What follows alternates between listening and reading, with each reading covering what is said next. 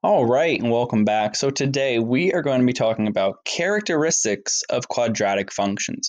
We're going to start out with some general information that's going to be good for the future, and then we're going to hop into your guided notes. So let's talk about some general information that we know about quadratic functions or that we're going to learn about quadratic functions. Again, we also call these parabolas or parabolas if you're feeling pretty silly.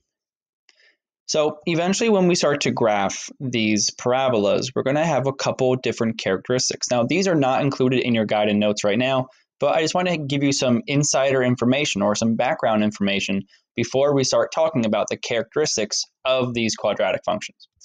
So the graph is going to be opening up when a is greater than 0, and the graph will open down when a is less than 0, aka if that quadratic term, the x squared, if the a is positive, it's going to be opening up. If the a is negative, it's going to be opening down. Just like linear equations, we're going to have a y-intercept because hopefully this parabola is going to be crossing over that y-axis at some point. Well, that y-intercept is the c value. We can find what's called the x-coordinate of the vertex by using a formula that we will be talking about today, negative b over 2a. And again, we're going to talk about that later. But the axis of symmetry is something we're going to be talking about today too, and that's going to be equal to negative b over 2a. So just a real heads up, the vertex is the changing point.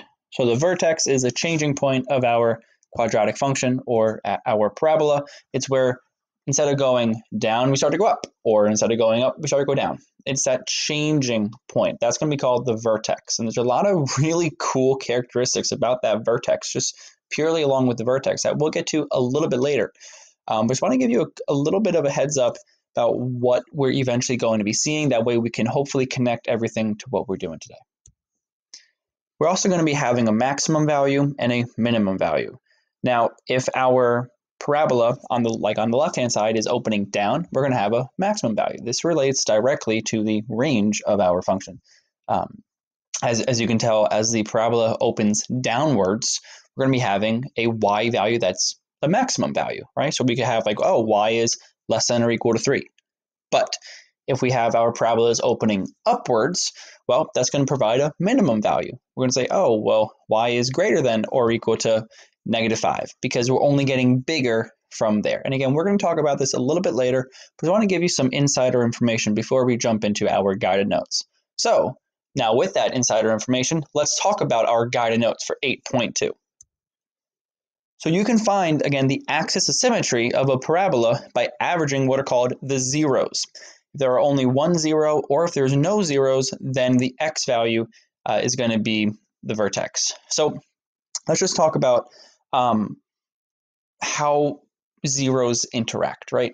So a zero is when it's hitting the x-axis, because essentially we're dealing with the overall quadratic equation y equals ax squared plus bx plus c.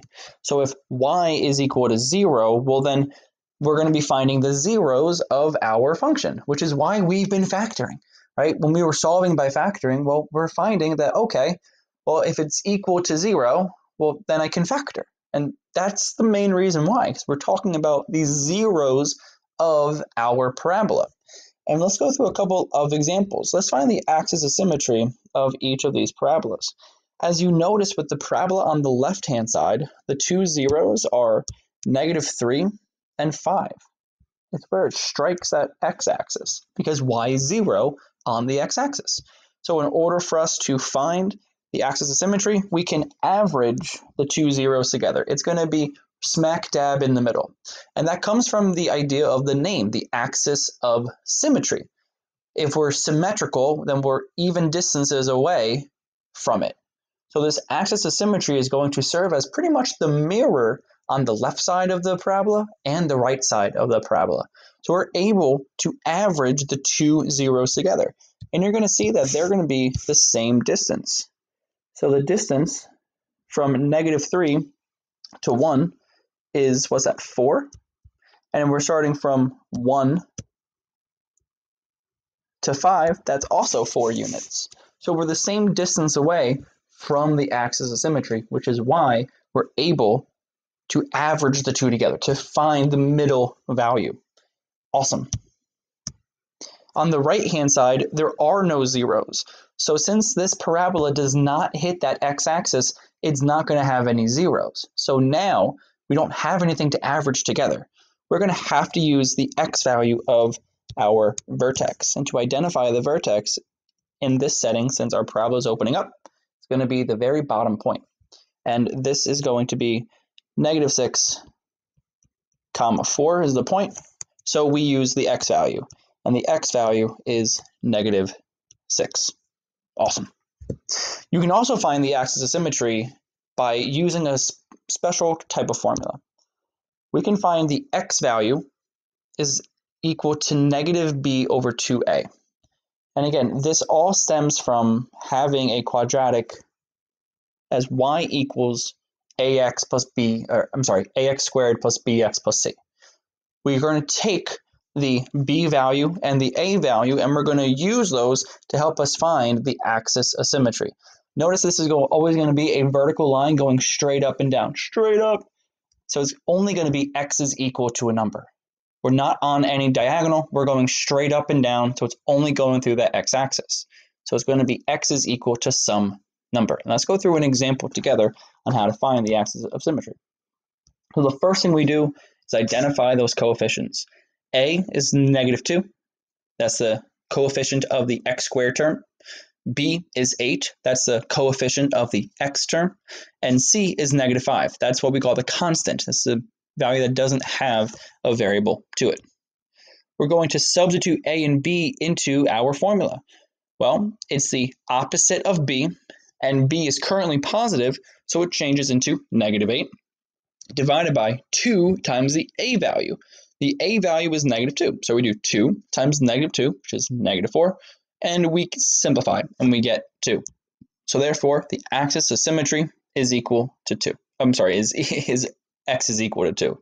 I apologize. So when we eventually graph it, it's going to be a straight up and down line. The axis of symmetry always will pass through the vertex. Once you know the axis of symmetry, you can find that vertex. And we're going to be talking about how to do that. But essentially, now that we know the x value, well, we can just plug it in. So if we wanted to do it real quick, we could. We have y is equal to -2x squared plus 8x minus 5. Well, we know that the vertex is going to be when x is equal to 2. So we're going to substitute in, and we're going to find our y value. Well, this ends up being y is equal to -2 times 2 squared plus 8 times 2 minus 5. So we're going to find that our y value is going to be equal to, let's do some quick math here. 2 squared is 4, so -2 times 4 is -8. -8 plus 16 is +8, minus 5 is going to be equal to 3. So the y value is going to be equal to 3. So therefore, the vertex would be the coordinate point 2, 3. That's how we find the vertex.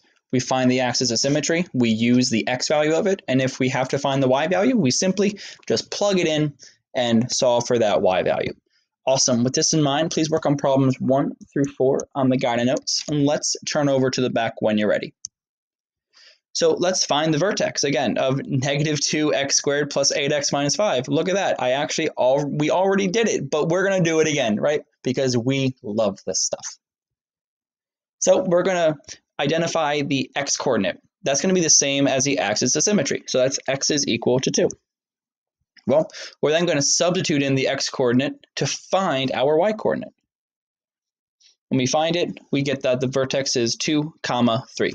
Again, the 2 is the x value, and we just solved for the y value by plugging in our x value to get the y value. Awesome. So look at that. We did it twice and we got the right answer, which is great. So kudos to us for pushing through and doing it properly. All right, kiddos, great job. With this in mind, please work on problems 5 through 9 on the guided notes. Y'all are doing super duper well. Thank you for checking in. Please let me know if you have any questions, and I'll talk to you soon.